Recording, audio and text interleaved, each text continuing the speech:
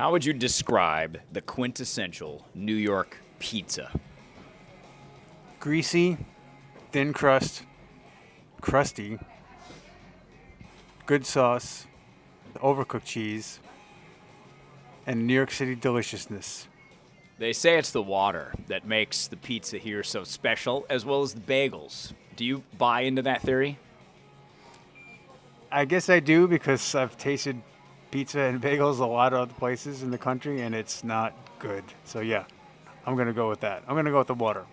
Well, we're tapping into the New York City magic here, sitting in a bar called Molly's on 3rd Avenue that has been here since before 1900. And this is quite the place because when you think of Manhattan, at least when I think of Manhattan, I think of new, big buildings, tall structures. And this is like going back in time. We're sitting on an old wooden bench at an old wooden table that has been carved into many different times. But something very important, the drinks are good. Drinks are always good when the bar that was built in 1895. Always tastes better when it's old. Just character in here. Yeah. So we are on a mission here in New York City, not only to find good New York pizza, which is our next stop, but to see where New York and its magic take us. Welcome to Equal Matters. We're talking to Peanut. We're in Molly's. Yeah. Peanut is here with Josh. Yeah. So we have to first find out where the name Peanut comes from. Absolutely. So it's weird because I was originally called Titty Garcia because my boobs are big. So think Cherry Garcia, Ben and Jerry's, and then add my boobs into that. So that's why and then I have small feet.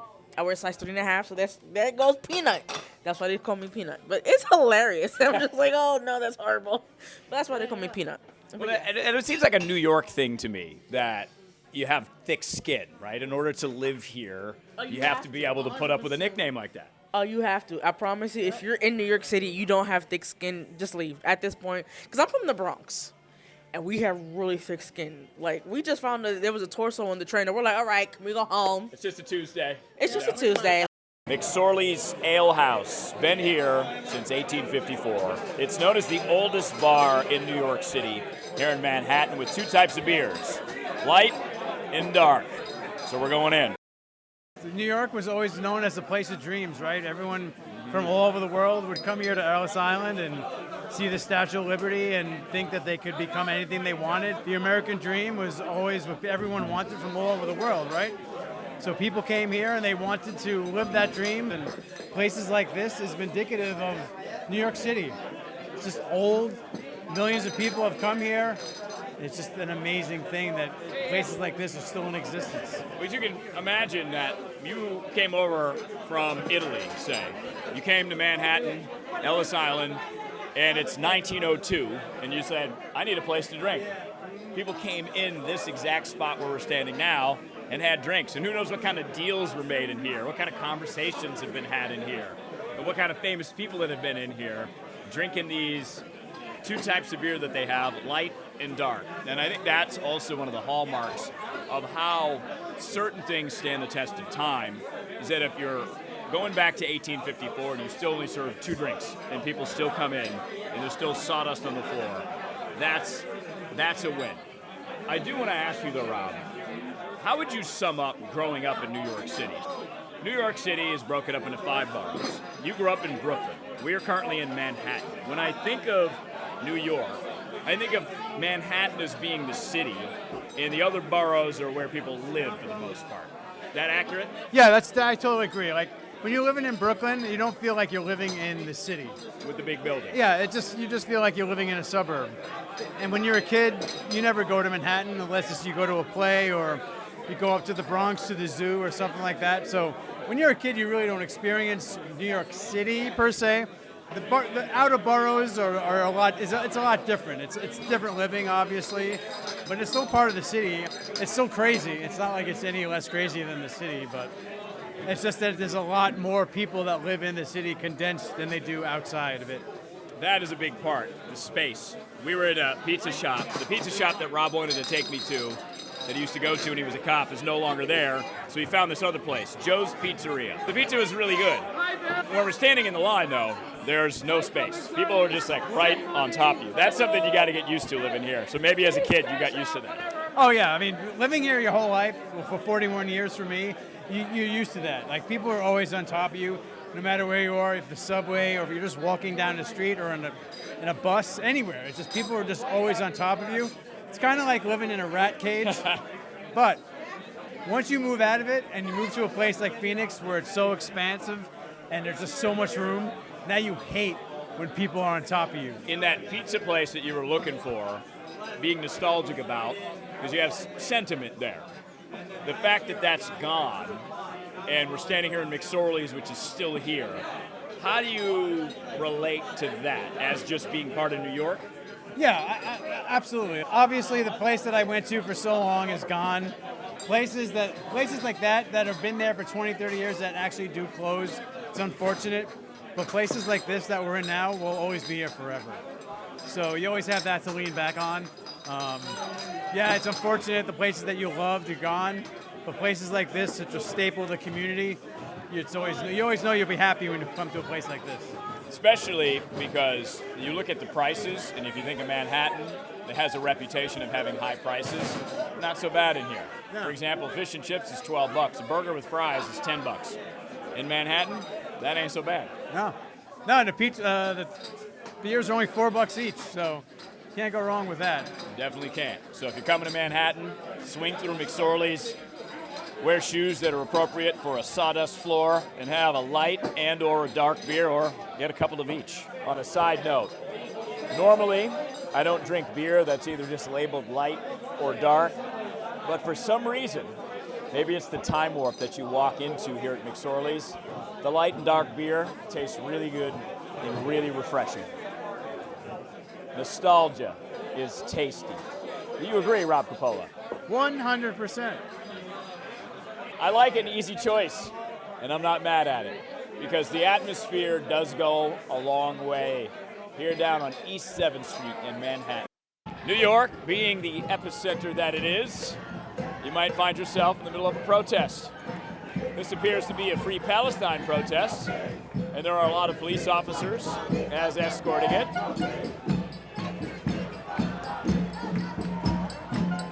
You got the drums, got their Free Palestine flags, a decent amount of people just walking down the street in Manhattan, a little protest. To piggyback on something New York Rob said while we were in McSorley's about New York, and that this is the place that, as Frank Sinatra said, if you can make it here, you can make it anywhere. The competition is fierce, but it's inspiring, Rob, because I think about what's possible here. When I see these big, tall buildings, I think about humans who designed those and all the great businesses that were built here and great ideas that came out of New York, some of them from immigrants, as you mentioned. So when we walk down the streets of Manhattan, that's what I think of. I think about that inspiration of how other people lived their dream and built these big buildings and built these empires and enjoyed every second of it. You're the type to wear black Air Forces. I'm the type who got given black Air Forces. I didn't buy the motherfuckers myself. That's a cardinal rule in New York. Okay, let me break it. This is why you have to have a thick skin if you live in New York, because this happens. If any New Yorker sees you wearing black nasties, aka black Air Forces, at this point you're a serial killer, you're a robber, you're a violent person, you're a degenerate. We don't fuck with you. Because usually I wear a black champion hoodie, black jeans with black Air Forces. I'm from East New York. So you're all blacked out, right? Yeah. I'm Puerto Rican. I'm from East New York. I may look suspect, but I guarantee you no one's going to fuck with me because I still look suspect. You talk about Genesis, you see me rapping, so I guess you know what jealous is. But you know that you're still spitting it. I'm still a fact on Genesis. Next chapter, I'm just spitting that Leviticus. Yeah, shorty, I had to give her a pearl. I was talking to a girl if I ruled the world. But you know that I had to keep it simple and plain. This cipher right now, I'm down on memory lane. I'm so New York with this New York state of mind. But you know that we still rapping over speakers. You know everything I spit, I always spit the ether. And everybody knows they can't see me like John Cena. They about to meet the heater. A lot of what you do here in New York is eat. And one thing about eating here in New York is to understand It's designed to eat fast. So there's a lot of pizza shops, as we had Rob Coppola explain, the quintessential, perfect New York slice. But there's also the deli. There's delis all over New York, and it just can't be replicated anywhere else. So Rob, why do you think that is? The bread. It comes back to the water and the bread. Probably, yeah, the bread is the biggest thing. But then, the quality meats, and it's not processed crap, and most of it's not coming from some crappy warehouse somewhere. Like, it's all pretty much made within the store, or it's high quality stuff, and it's not stuff that you get everywhere because it's got to be good, right? Got to be too much competition. You got, great sandwiches are hard to come by, and living in Phoenix, there's not a lot of that. So yeah, that's why in New York it's great. When you were a cop, is that the preferred type of food that you had to eat? The quick run in, get your food, eat it in the car? Yeah, exactly. Sandwiches, pizza, anything quick that you can just throw down your face quick in 5 or 10 minutes. Answering job to job. But that's pretty much it. Sandwiches. There's a million Italian specialty sandwich places in New York, so I kind of miss that. But yeah, that's exactly what we would eat. I also am intrigued because it's as if you can, as we walk through Manhattan streets, not getting hit by cars and yellow cabs. I love that the whole world is an option for you across the 5 boroughs. Is there anything that you tried when you lived here that was outside of the box? Maybe like Afghani food or something Peruvian? Not really. I mean, once in a while you hear about a place that was good, that was kind of different, but it was mostly the same things. Like a lot of the places that you go to, your family went there or your friends went there, and you've been going there for 20, 30 years. Just like we're going to the barbecue place. Barbecue in New York is not the most biggest thing, but I love this barbecue restaurant that we're going to tonight, and it's exactly the way it is. I want to go back to that competition too, because it isn't just food. They have 2 distinct buildings. There's many distinct buildings here in New York, and they're building new ones all the time, tall skyscrapers. But the Chrysler Building and the Empire State, and this was in the 30s, late 20s, 2 men decided to compete with each other and build taller skyscrapers. I think that is really the essence of this. Is we talked about a little bit yesterday, Rob. It's I want to do it bigger. I want to try it better. And when you do that, you innovate. You come up with these new solutions for buildings. And then we get to walk down the street in the rain, in the fog, surrounded by these big buildings that are just so commonplace, where 100 years ago, they were unheard of. That is another thing that I really love about this city. On to Times Square. We will talk about how much Times Square has changed over the years. I'm sure Rob, from a cop standpoint, will fill us in on all the details. First car of my train is just a homeless express.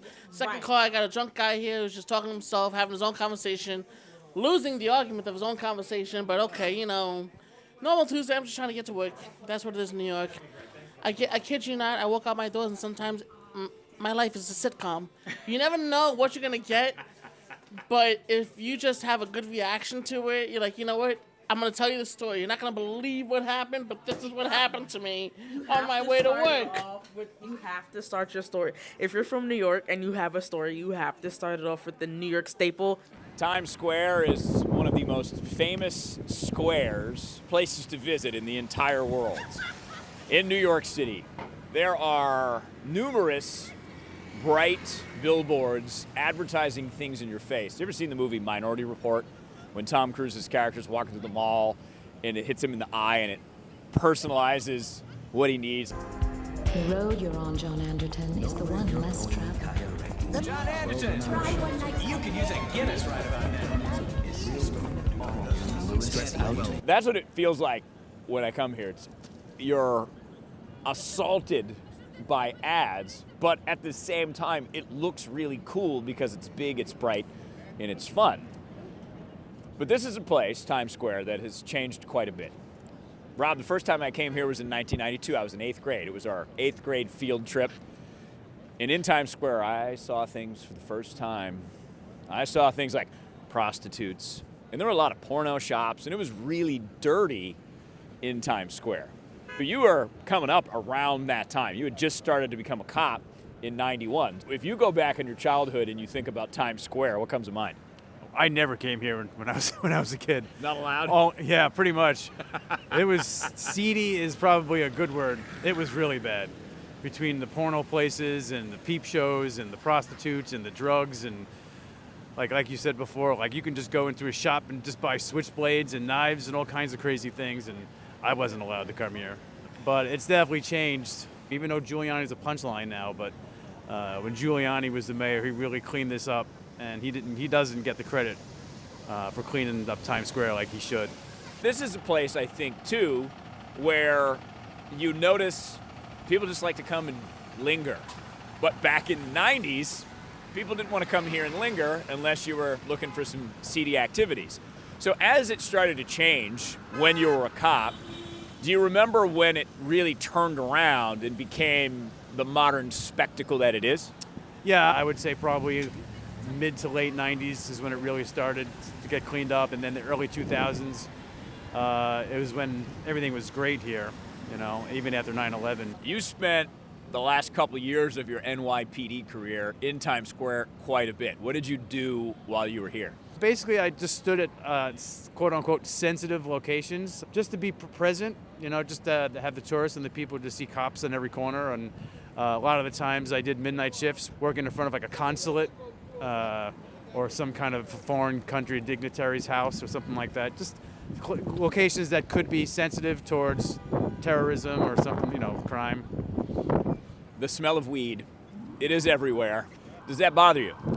Not that it bothers me. I mean, listen, Times Square in the 90s, in the 80s and 90s, there was plenty of weed. So, I mean, it wasn't like it's much. Now it's just because it's legal. It's everywhere. But back in the day, you'd smell it, too. It doesn't bother me.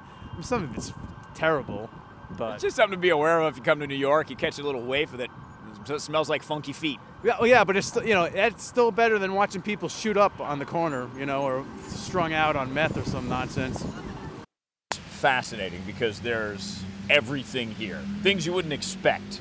At the moment, I'm at Ping Pod. This is a place where there's a bunch of people in here crushing ping pong, like Olympic level ping pong. Just walking down the street in Manhattan.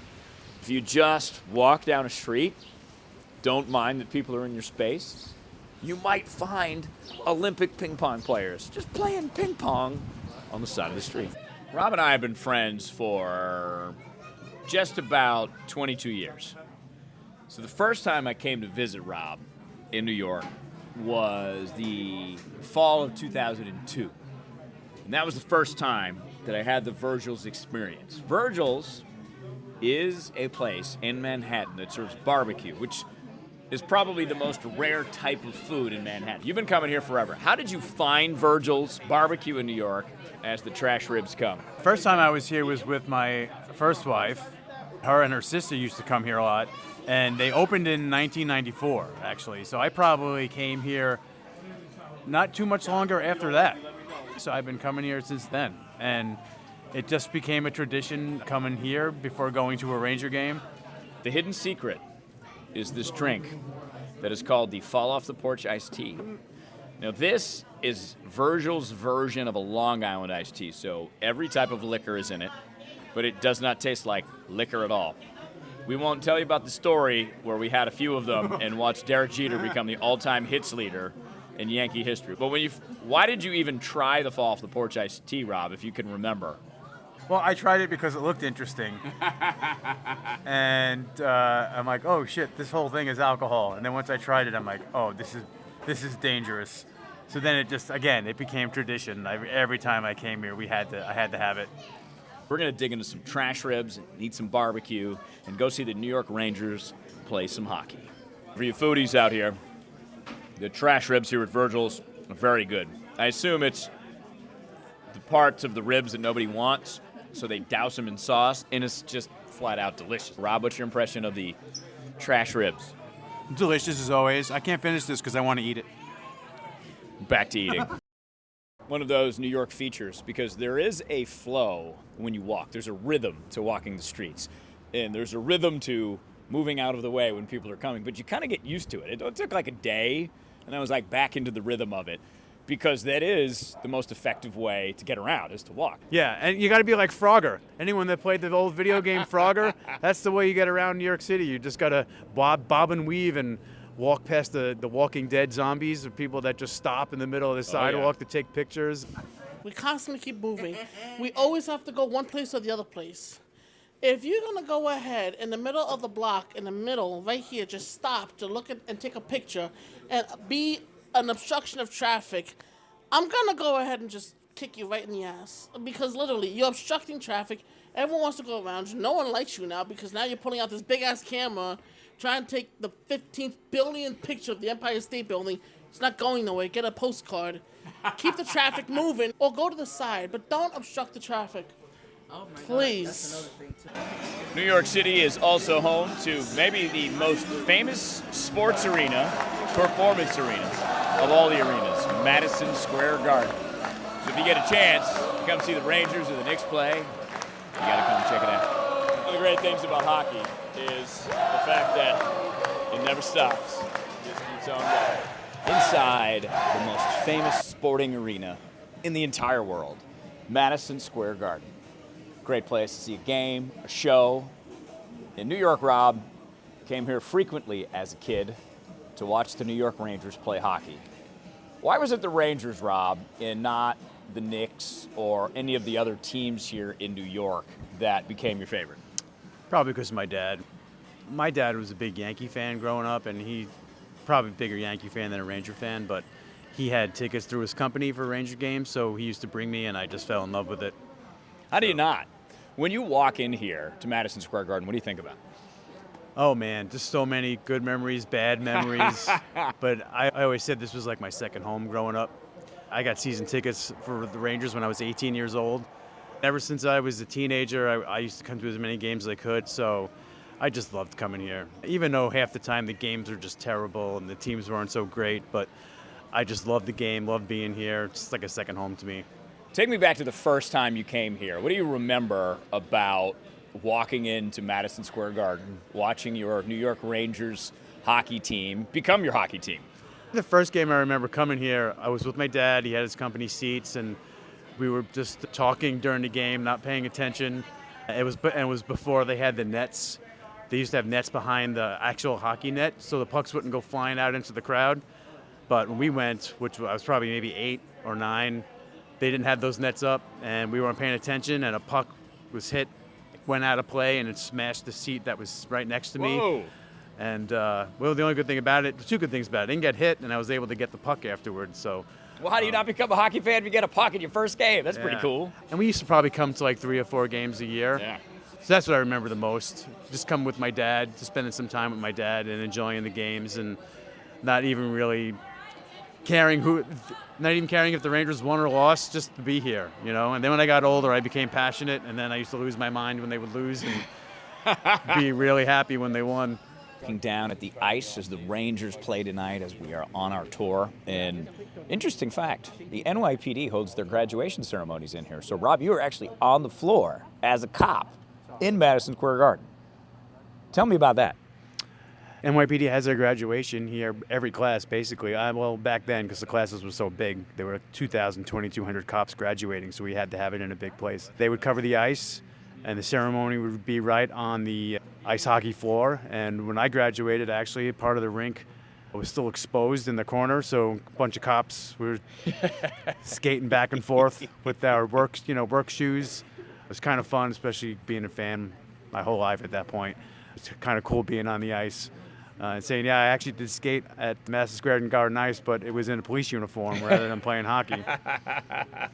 As you look down on this now, this arena that you've been to so many times, this hockey rink, what comes to mind? Just the memories. It's just awesome being here. I just love this sport. I love this team. This is just a great place to be. I just love it. Interesting fact. Elton John said this was the greatest place to play a concert ever. Madison Square Garden, the tour is complete, an inside view, including getting down to the floor where the rink is. which is pretty cool. So as a lifelong fan of this building and the New York Rangers hockey team, now that you've concluded your MSG tour, what do you think? It was cool. Would have nice to have seen the locker room, but couldn't do that because there's a game tonight. Yeah, found out some interesting things that I didn't really know about it. It's been a while since I've been here, so it was pretty cool because it's definitely nothing like the arena that I was in for so many years. Also surprising is we were on the floor level, but to get out, we had to go down 2 or 3 levels. So it's almost deceiving. You think you'd walk in and that would be where the either Knicks core or the Rangers ice is. Not the case. So they built that up, probably to funnel people in and probably to sell merchandise on the lower floor. Yeah. Oh, we're getting... Uh-oh. We get in trouble. This is the second time we got in trouble at Madison Square Garden. You can't sit down at Madison Square Garden. And it's like a piece of concrete that we're sitting on. So when we came here for the game, interestingly enough, there was a person next to us in line that pulled out one of those joints that they sell here in New York City and a lighter, had it in the dish. I had a little microphone extending arm they wouldn't let me bring in because it's a weapon. So obviously they take security very seriously here at Madison Square Garden. No selfie sticks that extend about 4 inches, no sitting on the concrete. Man, they just love to ruin a good time here in New York sometimes, don't they? Well, you got to face it. These are all security guards, so they're not really police officers, so... Need something to do. Unbelievable. So your favorite part of Madison Square Garden that you learned today that you didn't know? I love the fact that they have 1,000-something beer lines that spread all across through the arena. I just think about the maintenance of that, who has to do that, because that sounds awful. But people need their beer, so they can put athletes in jerseys and put them on this ice in this court. Madison Square Garden, the world's most famous arena. You're standing in front of me. Absolutely. I'm a new Yorker. How you gonna harass me? What you gonna say? First of all, I don't know why you standing behind me. I need you to move. If you're shoving a microphone in my face, are you paparazzi or something like that? Because I'm telling you right now, I didn't consent to this bullshit. You're asking for an interview. Where the fuck are you coming from? Right. You got this fucking silk-ass hoodie on here. You don't look like a fucking news anchor. It's so weird because New Yorkers will sit here and describe you based on what you're wearing. So we were like, who is this dude with the silky on, with the hoodie? Who do you want and who are you working for? You'd be like, if you don't get your skinny crackhead looking ass, salt and pepper looking ass the fuck out of here. We are disrespectful. In Lower Manhattan sits the Ghostbusters house, where the movie Ghostbusters, at least the exteriors, were shot. Are you troubled by strange noises in the middle of the night? Do you experience feelings of dread in your basement or attic? Have you or any of your family ever seen a spook, specter, or ghost? If the answer is yes, then don't wait another minute. Pick up your phone and call the professionals. Go, Ghostbusters. It is now House Ladder 8. It's an actually functioning firehouse.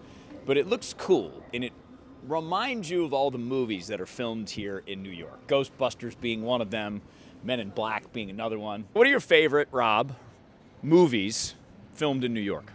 My favorite ones, I think, are the ones where I lived, where I grew up, and I know the area really well. So Saturday Night Fever would be one of them. I grew up and not very far from there. So French Connection is actually the actual same street that Saturday Night Fever was filmed on. So that would be another one. Die Hard with a Vengeance takes place in all of New York City. When you watch those movies, is it like watching home? Is that what is great about those movies? Well, yeah, obviously, because you've been to those places, you've been there a million times, and it's cool to see them on the big screen. One of my I don't even remember the name of the movie, but it was a movie of a Shakespeare play. I don't even remember the name of the movie, but they filmed it in a Burger King parking lot, not far from where I grew up. I mean, I used to play roller hockey 2 blocks from there. It was a place on Knapp Street, and when I actually looked up the movie, and I'm like, oh my God, I recognize that place. And the scene that they filmed filmed the movie, the area was known as a wasteland, which pretty much describes of where I lived parts of where I lived when I grew up. Goodfellas, of course, that was mostly filmed in Brooklyn and New York City. To me, being a gangster was better than being president of the United States. New York history littered with mafia references. So we're on a food and mafia tour, finding out where Lucky Luciano used to hang out. So we started at John's on 12th, big time mafia hangout. Tour guide Dan, he told us 3 mafia members had their last meals there, as that's how it used to go down. Often, not in the restaurant. It was as soon as you were done, you got your last meal, like you're on death row, and then they followed you home. Dan runs a New York City mafia and food tour. We're down in Little Italy, but Dan grew up here.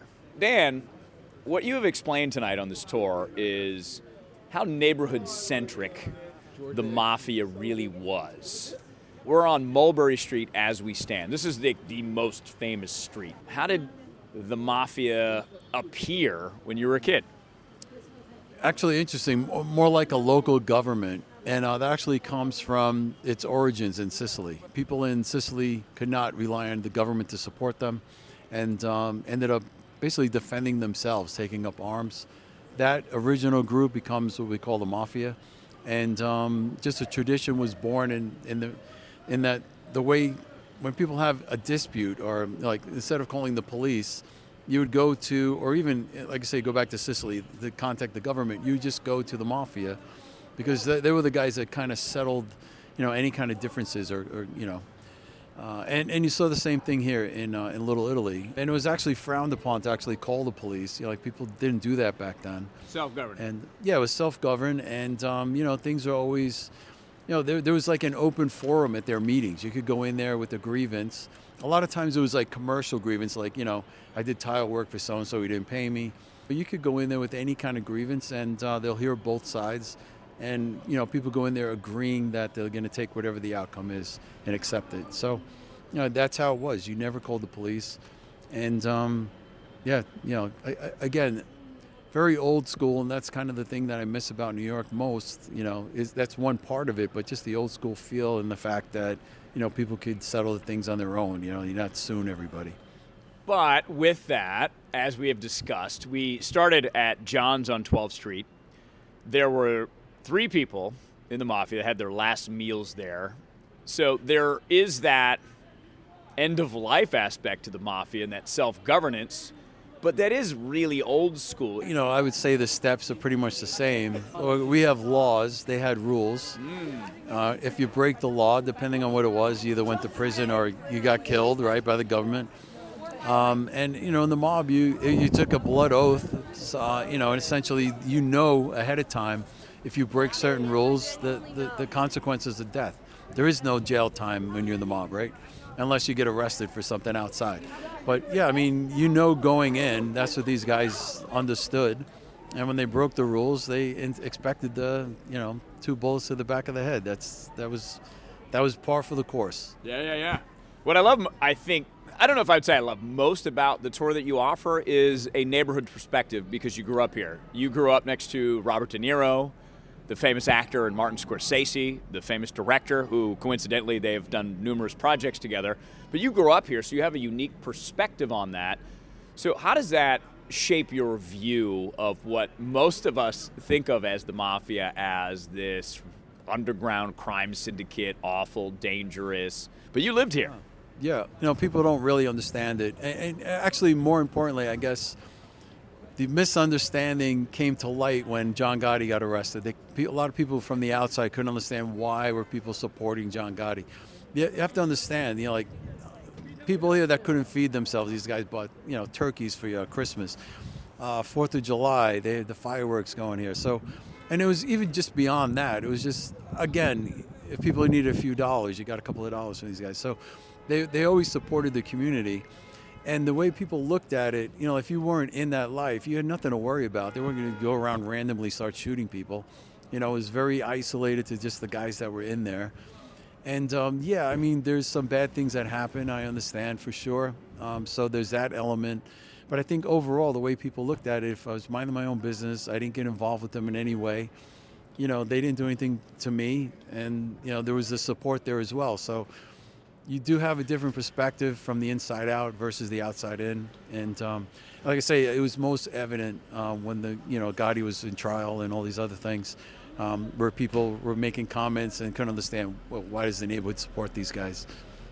Standing in front of John Gotti's old hangout. Place now called Descendant of Thieves, but you can still see the original floor. There's cracks in it, and some of the other original things like the step up, and how the FBI used to watch across the street and down the street about a mile away because they had interesting technology that allowed them to zoom in and see. So it's very neighborhood-like here with the mafia, especially on Mulberry Street. I'll also bring up, when you grow up in it, that's all you know. Growing up here, I didn't know outside the four walls of Little Italy, right? It was a whole different world. So just until we started exploring outside, then, you realize, oh, okay, you can go to a bank for a loan. You don't go to the Shylock. Or, we had OTB betting. We didn't have OTB, off-track betting here. You went to the bookie and you made a bet, right? Yeah. So these are things you understood as the way the world was. You just envisioned this was everywhere. Life is always more complex than we try to make it out to be. Growing up here, how much do the relationships matter? No, it definitely mattered. When I was 15, 16, I got a union book, Explain what that is. In construction in particular, everything's unionized in the city. So when they're building skyscrapers and whatnot, you can't deliver there unless you're in the union. I ended up, driving a truck delivering steel.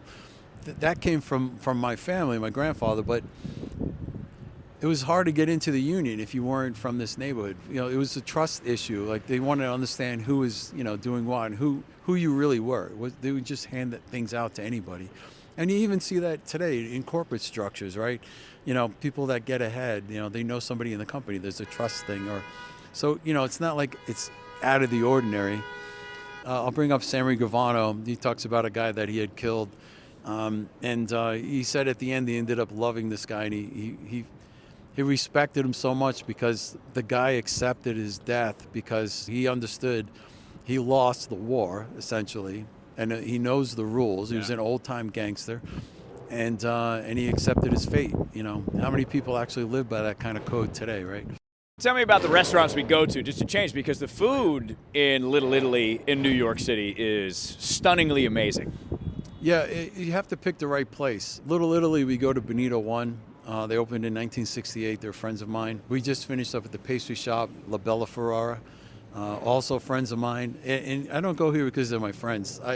I know a lot of people that own restaurants and whatnot. I go here because I pick the best foods. We started up in the East Village at John's at 12th Street, again because of the food, but it had a really great mafia history.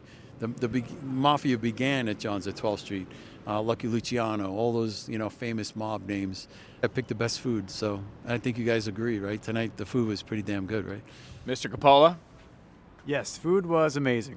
And he's hard to please because he's from New York and he's Italian. And if he likes the food we're going with, you've definitely done well. I'll bring up stops because we talk about all kinds of things. And I actually always invite people to come back out and not to pay, to come out as my guest. And we see new spots every time. There's hundreds of locations. I know a lot of people, even still after all these years, that are still here. So even doing this tour, I call it an experience because a tour, this is stories of me growing up here. And here's another interesting, I'll just tease this because I would love to have a longer conversation with you. You are a cop as well. So you have the neighborhood background, but you have the NYPD background as well. So it's really both sides, Dan. Tell me where I can find out more about this tour, the Mafia and the food tour. Yeah, I mean, it's on TripAdvisor, it's on Get Your Guide, but I have a website called policetours.com, and there's actually a link that'll bring you to the TripAdvisor link if anybody wants to join me. I run it 7 days a week, so come hang out. Like I say, it's not, I call it an experience, I don't call it a tour. And, I don't go online and read things, and, 90% of what you read online is total bullshit. It's true. And, so it's all about, stories growing up here. I would recommend it because this history is such a part of New York City's history, and so is the food, because there's a communal aspect of food and restaurants that not just we get to hang out at as our tour group, but it's what the big bosses did too. They gather around food, make decisions, have conversations. And they ate at the places that we ate. They still eat at the places we eat. There's a lot of different types of food. I am a foodie, but there's certain foods that just don't go together. So if you're from New York, you want a Reuben, of course, absolutely. New York staple Reuben, pastrami on rye, of course, absolutely. Cat's Deli right there down the block, man. You know, best sandwiches. You want a Grace Papaya hot dog New York, of course. Go to Little Italy, stuff your face with some Italian food. Full Moon Pizzeria. You gotta go there. Full Moon Pizzeria. That's in the Bronx because in the Bronx, as ghetto as it is, but in the Bronx we do have a Little Italy, and that's like a cultural staple for us. Rob, what stood out to you last night on the New York City Mafia food tour?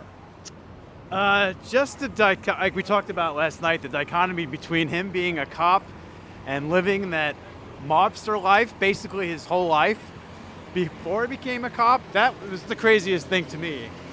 I thought it was really insightful because he lived it. He lived there his whole life. He lived in the community and dealt with the mob, and to him it wasn't the mob. To him it was his family.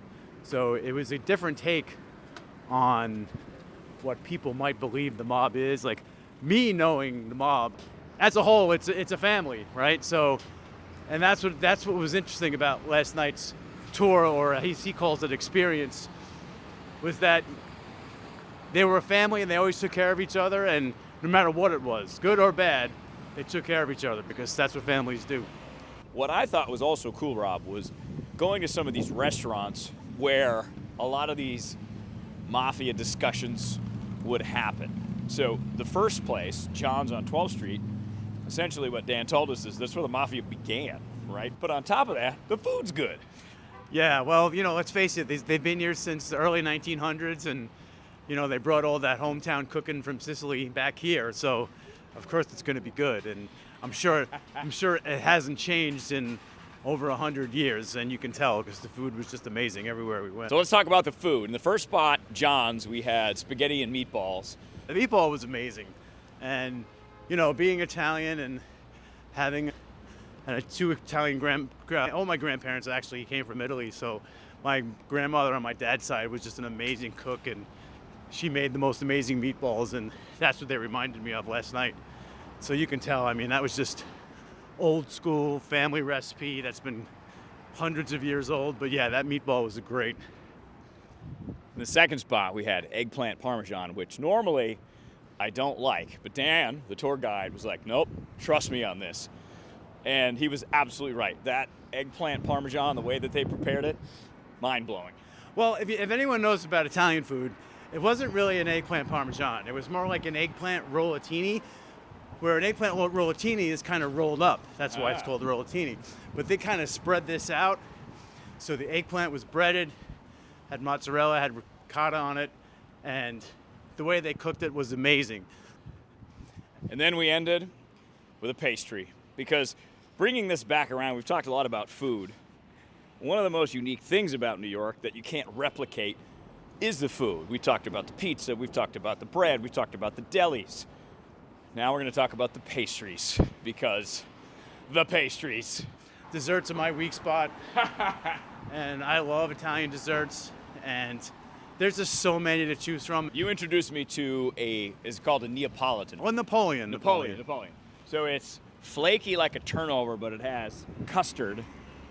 Being at that bakery last night was just a memory for me, because just seeing all that growing up, what my dad was his favorite, what my mom's favorite was, and just reliving some of the memories I had in the past, like family dinners and just seeing all that, just good memories, and it's just amazing food. Interestingly enough, when you were a cop, one of the first big calls you went on was a mafia hit in Brooklyn.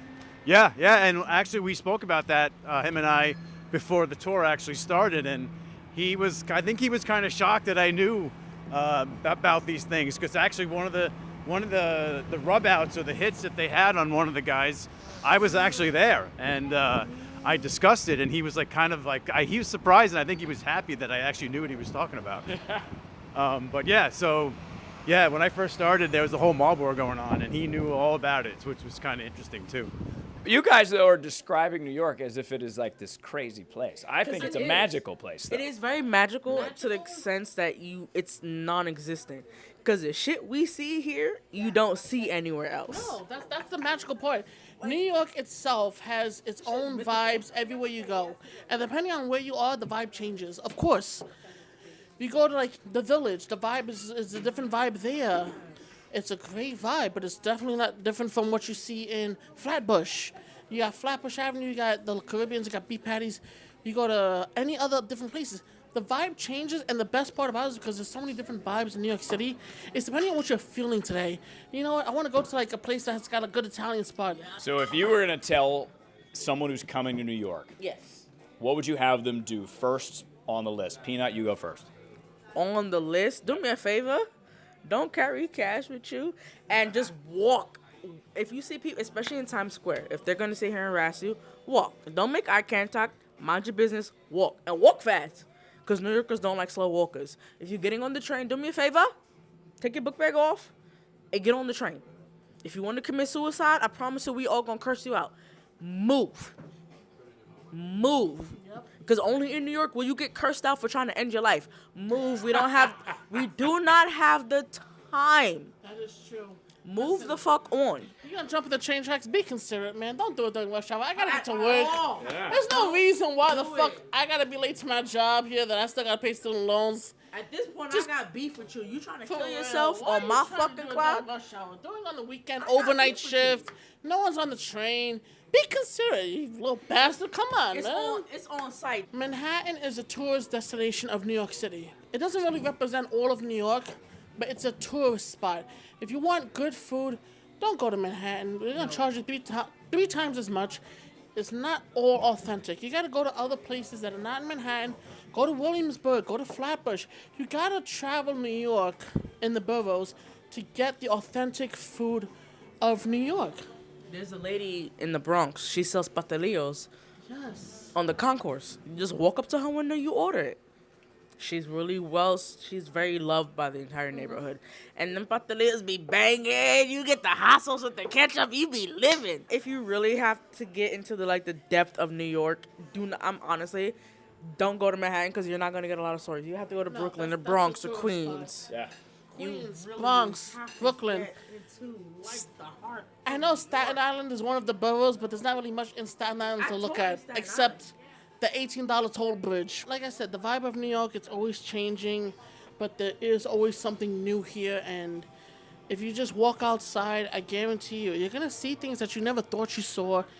It is a sitcom because every day it's changing, and every week is something new. If you have a real local perspective of local people, local food, local culture, but it gives you a real good idea of what New York is and how different we are.